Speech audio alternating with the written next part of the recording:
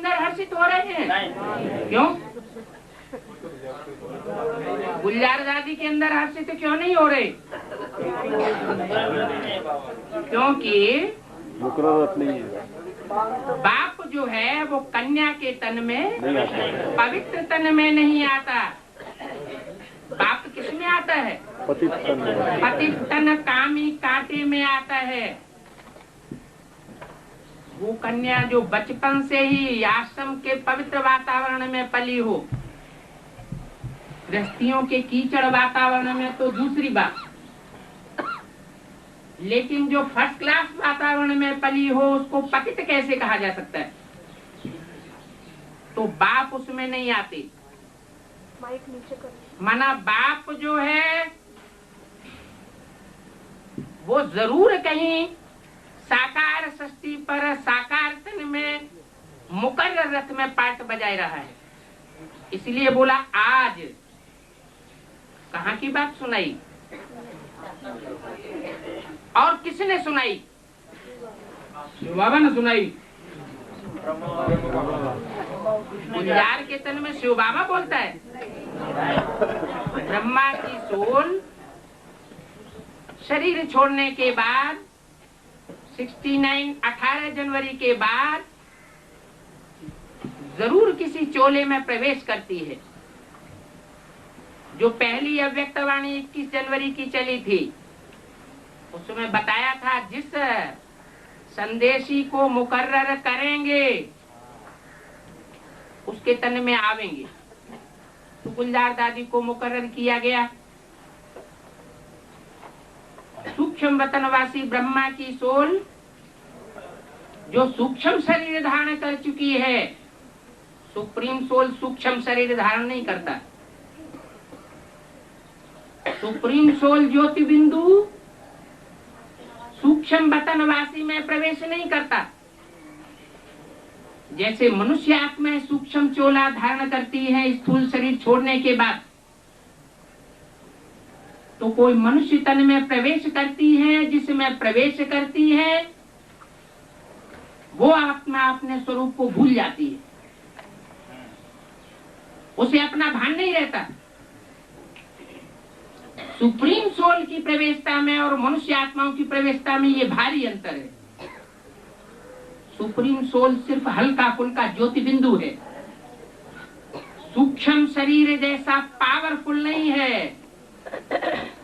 तो supreme soul जिसमें प्रवेश करता है उसमें पता भी नहीं चलता कब आया कब चला गया। इसलिए मुरली में बोलते हैं कि इस ब्रह्मा को पता चलता है क्या,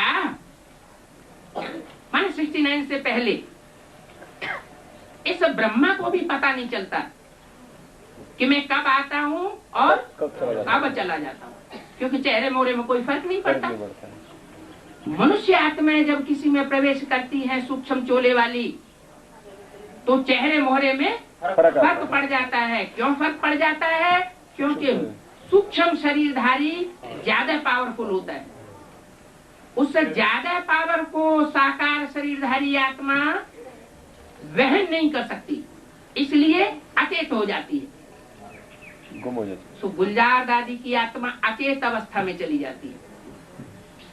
उनको बोली हुई वाणी दोबारा पढ़नी पड़ती है।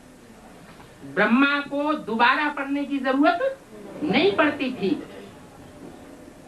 ब्रह्मा की सोल जिस समय वाणी परमात्मा शिव उनके तन से उनके मुख से उच्चारण करते थे, ब्रह्मा की सोल स्वयं भी सुनती थी,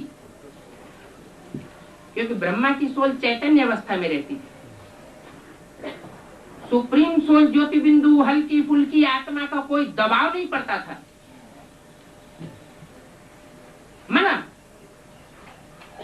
15 दिसंबर 99 को या उससे पहले जो भी गुलजार के तन से वाणियां चलाई गई हैं, वो ब्रह्मा की सोल बोलती है, सुप्रीम सोल नहीं बोलते।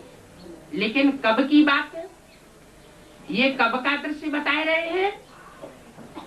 श्रेष्ठ बच्चों को देख हर्षित हो रहे हैं। तो कौन हर्षित हो रहे हैं? ब्रह्मा बाबा।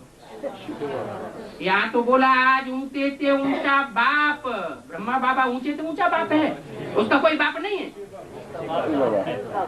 मुरली में तो बोला है ब्रह्मा का बाप कौन, माने ब्रह्मा का भी कोई बाप है ना, तो ऊंचे से ऊंचा बाप ब्रह्मा हुआ क्या? तो कौन बाप बोले? शिव बाप बोले गुलजार के तन से। हाँ, साकार तन से बोले, लेकिन आज माने 15 दिसंबर को बोले, कहाँ बोले? खार में। हैं? खार में थे ना आप? कहाँ बोले? बॉम्बे में थे। बम्बई में बोले। कहते हैं कि बम्बई में खार, बॉम्बे में खार स्थान है कोई, कहते हैं खार खाए बैठा है, इन देहधारी धर्म गुरुओं के ऊपर खार खाए बैठा है।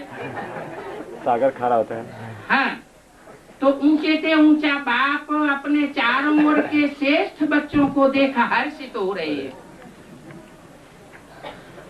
तो खार में क्या सूक्ष्म वतन था उस समय? साकार वतन है? हाँ, ऊंचे से ऊंचा बाप सूक्ष्म स्टेजधारी है, कोई ऊपर सूक्ष्म वतन नहीं है, ऊपर नीचे की बात नहीं है। अगर ऊपर नीचे की बात होती सूक्ष्म वतन अथवा परम धाम के लिए, तो मुरली में ऐसे नहीं कहते कि तुम बच्चे